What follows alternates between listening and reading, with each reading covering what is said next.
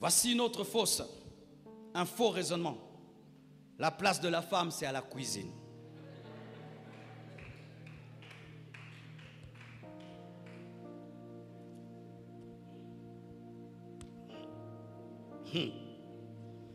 Tu dis ça à ma fille Choukrani, tu ne l'épouses pas.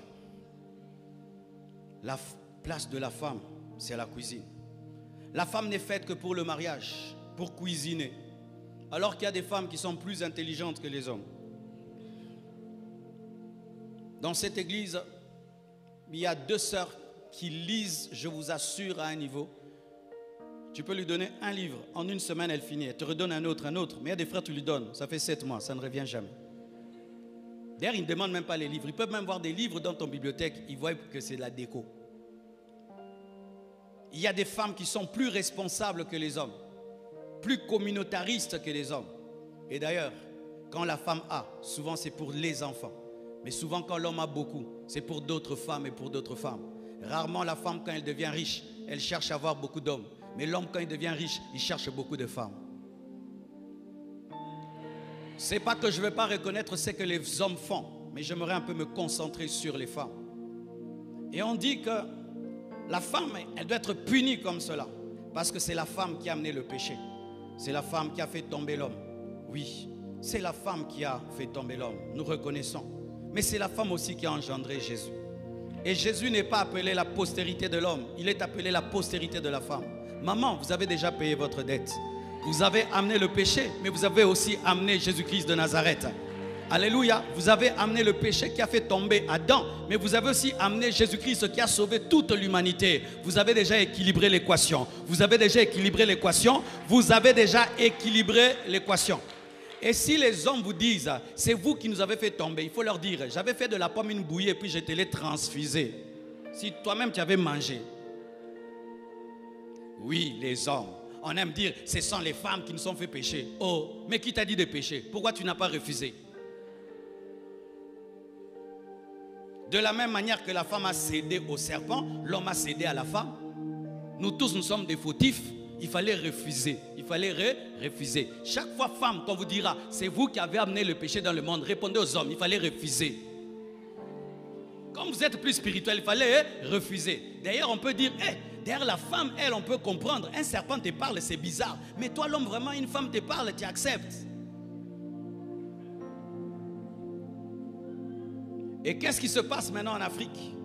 Comme dans notre mentalité, la femme est faite pour la cuisine et elle ne peut se développer que par le mariage. Vous allez remarquer qu'on fait étudier les garçons. On nourrit bien les garçons. On les éduque mieux. Et on les éduque en disant, tu dois gagner l'argent. Tu dois travailler. On dit aux filles, tu dois te marier. Tu dois te marier comme si le mariage était un travail. Donnez-moi la main, je vais parler.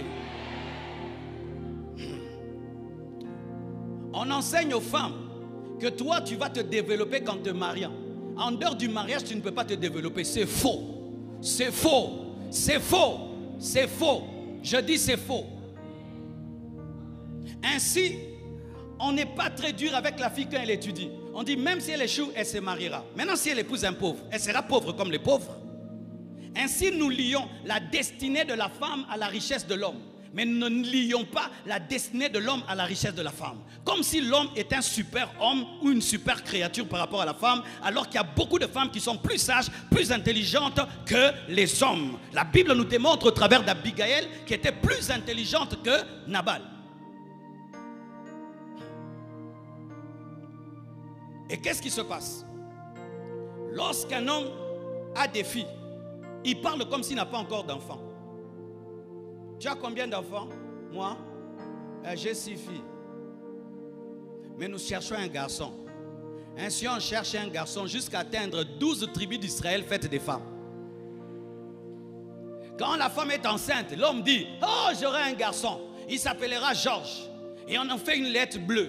Et quand il naît, c'est une fille. La fille s'habille en bleu, elle s'appelle Georges. Ainsi, beaucoup de filles naissent avec des blessures intérieures parce qu'elles ne sont pas attendues. C'est quand tu vois une belle fille, même si tu dis qu'elle est belle, elle ne se trouve pas belle. Parce que même son propre père n'a pas désiré une fille, a désiré un garçon. C'est quand tu vois une fille, ah, c'est un garçon, parce qu'un dos, c'est la garçon. Un enfant, c'est un enfant. Que ce soit une fille, que ce soit un garçon, que ce soit une fille, que ce soit un garçon, que ce soit une fille, que ce soit un garçon. Donnez-moi l'amen. Et nous ajoutons le verset biblique qui dit que l'homme est le chef de la femme. Oui, l'homme est le chef de la femme, mais pas pour rendre la femme esclave. L'homme est le chef de la femme pour protéger la femme. L'homme est le chef de la femme pour être un modèle pour la femme, mais pas pour utiliser la femme comme la pire des domestiques impayés. Donne-moi l'amen, hein? Mais c'est des fois aussi la faute de vous-même les femmes. On t'a dit d'étudier, tu n'aimes pas étudier, tu ne fais que te décorer le visage. On t'a dit d'étudier, tu ne fais que couper les ongles. Donc dans ta tête, hein, tu penses que ce n'est que par le mariage qui va te développer. C'est pourquoi cet homme-là te domine. Donne-moi l'amen, hein? Et encore, ces choses-là, tu vas dans une maison. J'étais quelque part, j'étais étonné. Je suis en train de causer avec l'homme. Pendant 2 heures du temps, la femme n'a pas parlé. Elle était seulement là. Ah, j'étais très mal à l'aise. Et puis j'ai dit, maman, pourquoi tu ne parles pas? Et puis elle m'a répondu, pourquoi elle ne parlait pas?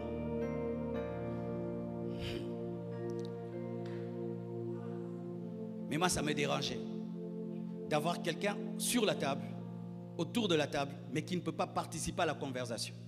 Et nous voyons de telles personnes des fois. Elle vous sert à manger, et puis elle va à la cuisine.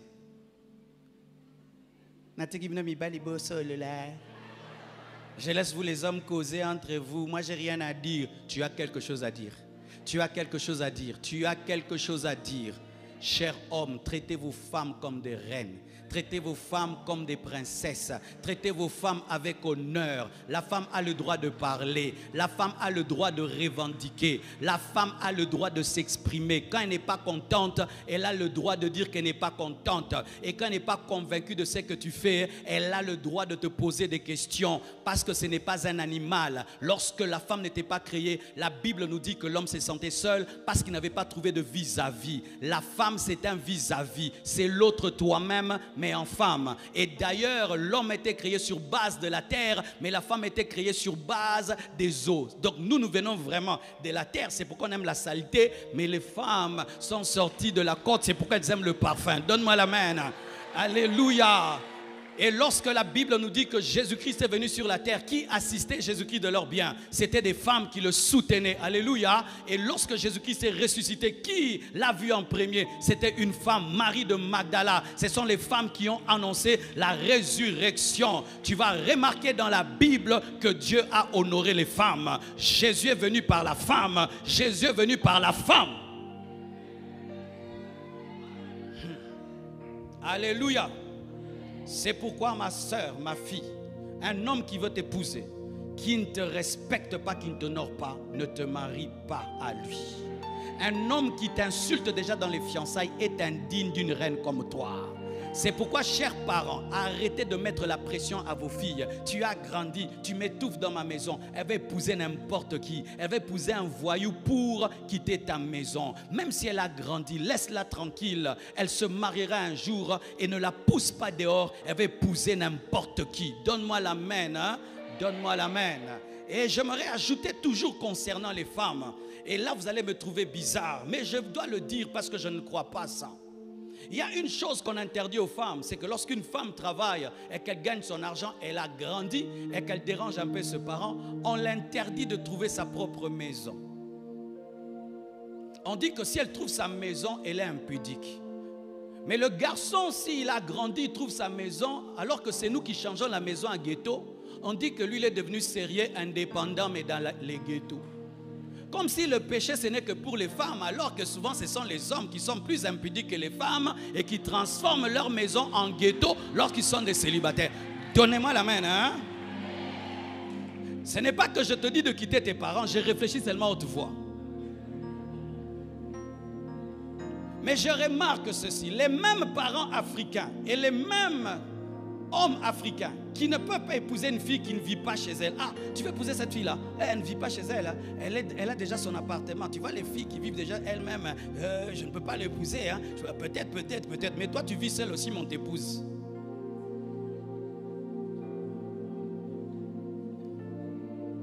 Non, comprendre-tu? Le garçon, il vit seul, sans ses parents, et il travaille, il vit seul. Lui, il peut aller épouser une fille qui vit avec les parents. Mais si la fille, elle aussi, elle a son argent, ses parents la dérangent, la traitent comme une petite fille malgré qu'elle a 40 ans, elle décide d'être en paix chez elle parce qu'elle peut payer sa maison, elle a sa voiture, elle est impudique. Le garçon, lui, impudique, n'est pas impudique parce que c'est un homme. L'impudicité, c'est seulement pour les femmes.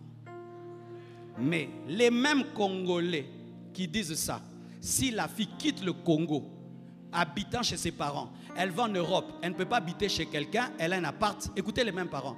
Nous bénissons Dieu, Bénédicte est allée à Paris, elle a trouvé un appart à elle-même. Le péché a changé à cause du voyage. Hein? Hypocrisie, hypocrisie. Donne-moi la main. Hein? Bénédicte n'aura pas d'appartement. Elle doit habiter chez ses oncles là-bas, là où on se saute dans la maison. Je suis en train de prier que Dieu aide ma fille. Elle travaille en Europe, elle a son travail. Mais que Dieu fasse qu'elle ait les documents pour avoir son appart. Pasteur, je rends grâce, ma fille a trouvé son appart. Elle est mariée, non, elle n'est pas mariée. Mais Dieu lui a donné son appart. On va dire elle est impudique. Non, là-bas vraiment, c'est l'indépendance. Donc au Congo, c'est les péchés. Là-bas, c'est l'indépendance. Les démons n'entrent pas dans l'avion, quoi. Ils restent au Congo. Bah, raisonnement beau là. En français, des raisonnements de pauvreté.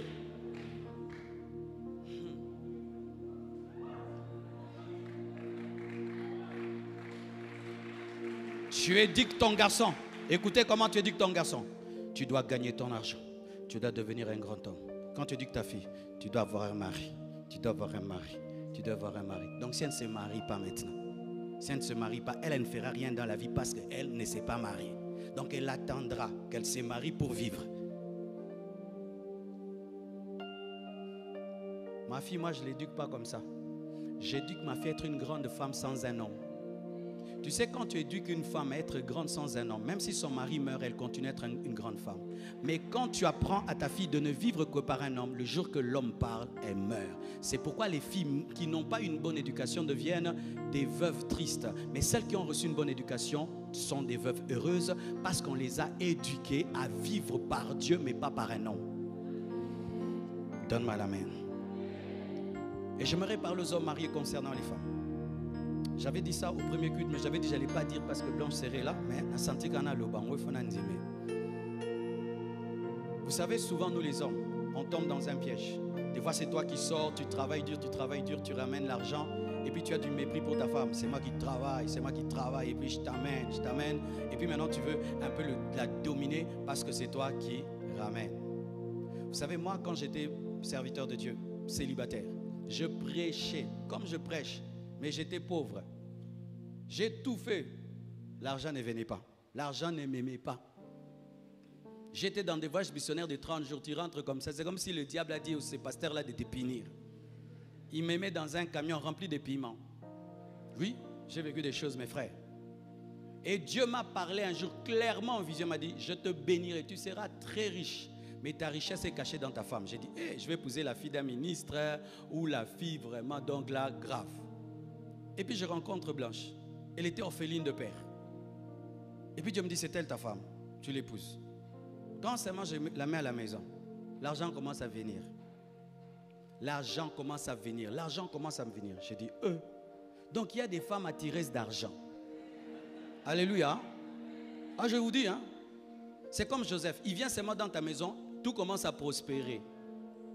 Et maintenant, souvent les hommes, quand maintenant Dieu te bénit comme ça là, tu veux commencer à dire, ah, tu ne fais rien. Elle fait quelque chose. Elle t'a apporté son onction et son alliance et sa grâce. Parce qu'il y a des femmes sources de bénédiction. Tu te déconnectes d'elle, tu amènes la pauvreté dans ta vie. Parce qu'elle, elle a une alliance dans sa vie, elle ne souffrira jamais.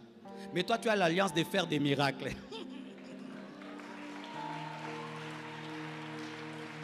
Donne-moi la main. Les mamans aussi, quand on témoigne comme ça, et ça te ce qu'on est la moninga. Parce que maintenant, les femmes, maintenant, si tu dis ça, ah, c'est moi ta bénédiction. Et tu vas perdre. Non, c'est Jésus la bénédiction. Mais il passe au travers de Joseph et il passe au travers de toi. Équilibre. Pour moutamon et la moninga, donne-moi la main. Lisons la Bible. Tout est dans la Bible. La Bible dit ceci. Dans Esther 4, versets 13 à 14. Mardoché fit répondre à Esther. Ne t'imagine pas que tu échapperas seul d'entre tous les Juifs, parce que tu es dans la maison du roi. Car si tu te tais maintenant, le secours et la délivrance surgiront d'autre part pour les Juifs, et toi et la maison de ton père vous périrez. Et qui sait, j'aime bien cette phrase, et qui sait si ce n'est pas pour un temps comme celui-ci que tu es parvenu à la royauté. C'est-à-dire que Esther était née pour être une ambassadrice, pour être une médiatrice, pour être un avocat, pour être un sauveur. C'est grâce à elle qu'Israël a eu le droit de se défendre à Suse, d'avoir des armes, et ils ont tué ceux qui ont voulu les tuer, et ils ont été sauvés grâce à une femme. Elle n'était pas née pour rester à la cuisine, elle était née pour sauver. Et tu es né pour sauver. Tu es né pour être sénatrice. Tu es né pour être députée. Tu es né pour être une inventrice. Regardez cette femme qui nous a fait des robots. Aucun homme n'a fait les robots au Congo. Une femme a fait le robot. Acclamons cette femme-là.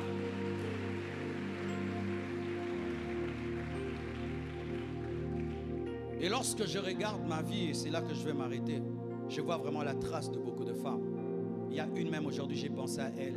Et Dieu m'a dit de la bénir même pour ce qu'elle a fait pour moi. Non pas que j'ignore ce que les hommes ont fait, mais aujourd'hui j'ai voulu célébrer les femmes qui sont souvent brimées, méprisées, alors qu'elles sont des grandes sources de bénédiction en Afrique. Sans la femme en Afrique, l'Afrique ne serait pas l'Afrique. C'est la femme, mes frères, quand le mari n'a plus de travail, qui a l'humilité d'aller vendre les beignets. Nous les hommes, on n'arrive pas à le faire. C'est la femme, quand le mari n'a pas de travail, qui a l'humilité de vendre du pain. L'homme refuse avec ses diplômes. C'est la femme qui, lorsque l'homme n'a plus de travail, a l'humilité d'aller auprès de la voisine, demander du sel pour préparer du riz. Alléluia. Et je bénis Dieu, il y a ma mère qui est là. Merci maman pour tout ce que tu as fait pour moi. Que Dieu te bénisse abondamment. Elle a vendu ses bijoux pour que j'étudie. Si tu entends le français que je parle, c'est grâce à ses bijoux. Elle a vendu ses bijoux pour que j'étudie dans des bonnes écoles. Elle s'est dépouillée. Elle était couturière. Elle s'est battue que j'étudie dans un internat extraordinaire. Elle s'est dépouillée pour moi. Et je peux vous dire, mes frères, que c'est une femme qui m'a ramené à Jésus. J'ai rencontré Jésus par une apparition, mais malgré que je l'ai rencontré, je l'avais rencontré par une apparition, une année après, j'avais abandonné Jésus. Et un jour, je suis allé à l'église, une femme était en train de prêcher. On dit souvent, Marcelo, pourquoi tu cèdes la chair aux femmes? Moi, je suis revenu à Dieu par une femme qui prêchait à la chair. Alors donc, je suis un péché. Si la femme ne doit pas prêcher, il ne fallait pas qu'elle prêche ce jour-là. Parce qu'elle avait prêché avec une telle onction que je suis revenu à Dieu. C'est une femme qui m'a encouragé en premier dans la famille à répondre à l'appel de Dieu, ma mère. Quand personne ne croyait en mon appel, ma mère m'a dit, je crois que Dieu t'a appelé. Je crois que tu es un serviteur de Dieu. Elle m'a donné de l'argent pour faire une chaire en bois. Elle m'a donné un tapis tout blanc. Elle m'a dit, va servir Dieu. Quand je devais même quitter sa maison, elle m'a donné un matelas. Va.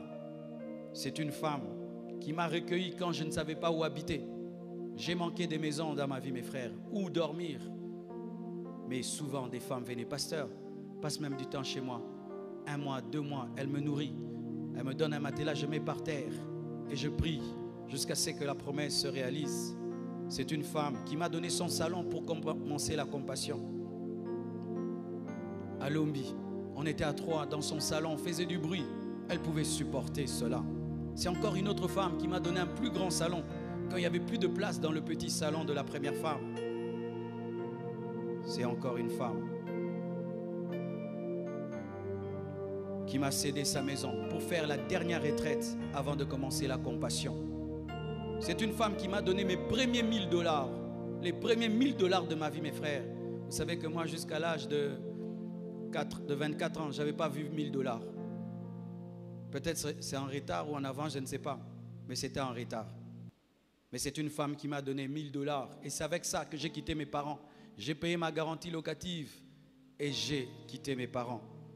C'est une femme qui m'a payé ma deuxième garantie parce que quand j'ai pris ma première maison, je n'arrivais plus à la payer et j'ai perdu la maison. C'est encore une autre femme qui est venue, qui m'a donné $400 pour avoir une deuxième maison.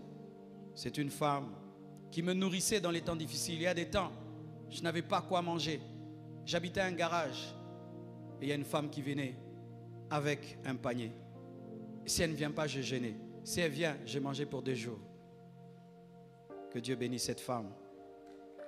C'est une femme qui m'a donné ma première Jeep Cherokee et qui est venue, qui m'a encore donné une Prado, 2 Jeeps. La même femme m'a donné.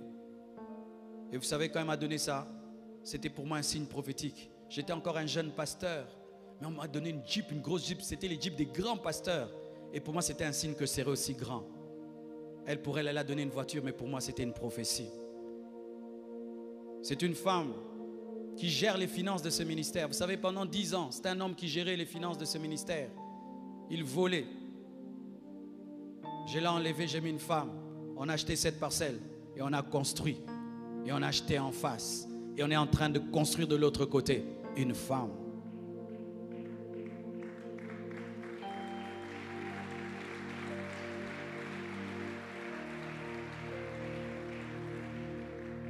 C'est une femme qui écrit mes livres. C'est une femme qui veille sur mes études, qui me rappelle: pasteur, tu as fait ton examen. Pasteur, ton travail d'études, est-ce que tu l'as fait? C'est une femme qui a acheté une centaine de chaises rouges que vous voyez, sur lesquelles vous êtes assis. C'est une femme qui m'a donné la plus grande contribution pour l'orphelinat. C'est une femme qui a donné l'argent pour acheter la parcelle de la Compassion Bandundu. C'est une femme qui a donné la parcelle de la Compassion Kisangani, qui a parlé à son mari, qui a donné. C'est une femme qui a reçu la Compassion à Lubumbashi. C'est une femme qui nous a amenés à Limete. Une jeune fille, c'est elle qui a trouvé la parcelle à droite. Et toute l'église Compassion est venue. Aujourd'hui, nous sommes devenus une grande église. Que Dieu bénisse la sœur Rituelle. C'est une femme qui nous a donné une parcelle au Gabon. Vous savez, au Gabon, on nous a donné une parcelle avec une église construite à l'intérieur. Une femme. Elle suit les prédications sur Internet. Sa mère est au Gabon. Elle dit à maman, on doit donner cette parcelle-là à l'église Compassion. Comme nous sommes là, nous avons une parcelle au Gabon avec une église avec balcon au Gabon. Une femme.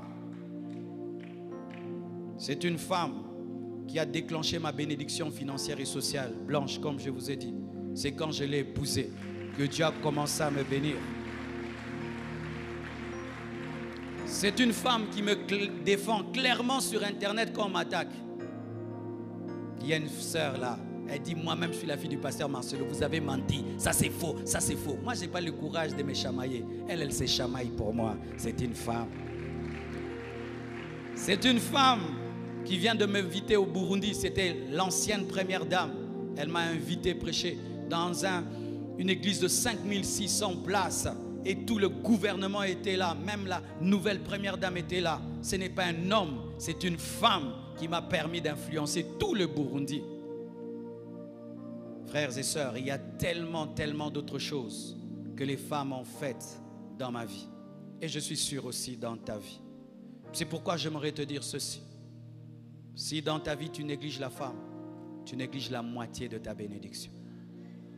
Si dans ta vie tu méprises une femme, tu méprises le plan de Dieu dans ta vie. Aie un homme comme ennemi, pas une femme. Et si tu es une femme, tu te méprises, tu méprises le plan de Dieu. Vous êtes extraordinaire, vous êtes merveilleuse. Et si le monde ne le croit pas, Dieu, quand il vous regarde, il vous appelle son instrument pour vaincre le diable et pour atteindre les extrémités de la terre. Que Dieu vous bénisse, que Dieu vous bénisse, que Dieu vous bénisse.